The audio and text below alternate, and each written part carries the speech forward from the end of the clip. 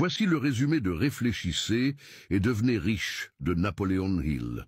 Imagine un homme dans les années 1900 qui se donne une mission folle, comprendre pourquoi certains deviennent immensément riches alors que d'autres stagnent toute leur vie. Cet homme, c'est Napoléon Hill. Et pendant plus de 20 ans, il interroge les plus grandes réussites de son époque. Andrew Carnegie, Henry Ford, Edison. Il cherche le point commun, le schéma invisible qui fait toute la différence. Et il finit par découvrir que tout commence dans l'esprit. Avant l'argent, avant le succès visible, il y a une manière de penser, une manière de croire. Voici ce qu'il en tire. 1. Un désir brûlant, pas une envie vague, pas un « ça serait bien si… ». Il parle d'un objectif clair, intense, obsessionnel, quelque chose que tu veux avec tout ton être. Il faut savoir ce que tu veux, quand tu le veux, combien tu veux, et ce que tu es prêt à faire pour l'obtenir. 2. Une foi totale en ta vision, même quand tu n'as aucune preuve, même quand personne autour de toi n'y croit encore. Hill insiste sur le fait que la foi se cultive. Comment? Par la répétition de pensées positives, par l'autosuggestion. Tu programmes ton cerveau jusqu'à ce que croire devienne naturel. 3. Une imagination en action. Tu dois visualiser ton objectif comme s'il était déjà accompli. Ressentir la joie de l'avoir atteint. C'est en vivant ton succès dans ta tête que tu prépares ton esprit à le manifester dans la réalité. 4. Un savoir dirigé. Il ne suffit pas de lire ou d'apprendre. Ce qui compte, c'est d'appliquer la connaissance à ton objectif. C'est ça qui fait la différence entre quelqu'un qui sait et quelqu'un qui construit. 5. Un plan clair et flexible.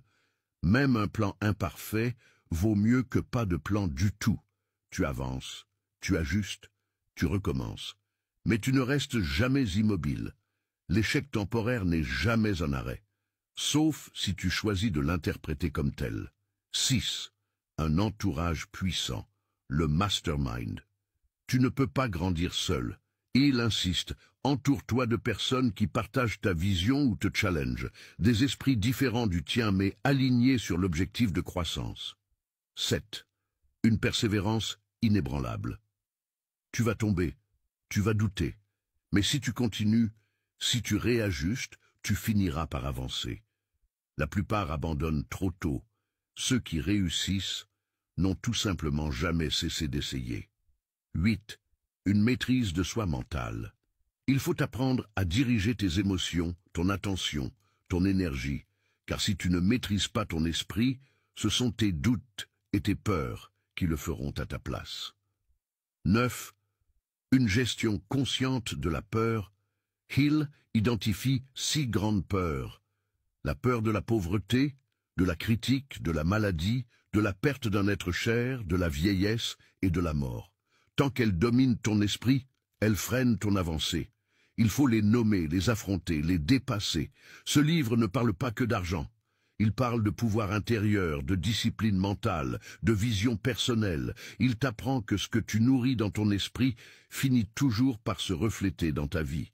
Alors je te pose la question, quel est le rêve que tu n'as jamais osé formuler à voix haute? Celui que tu repousses parce qu'il te fait peur, parce qu'il te paraît trop grand, et si tu décidais de commencer aujourd'hui, un pas à la fois. Si ce résumé t'a parlé, like la vidéo, abonne-toi pour recevoir d'autres perles du développement personnel, et dis-moi en commentaire le rêve que tu veux transformer en réalité. Parce que réfléchir, c'est bien, mais réfléchir avec foi, avec plan, avec persévérance, c'est là que commence la richesse.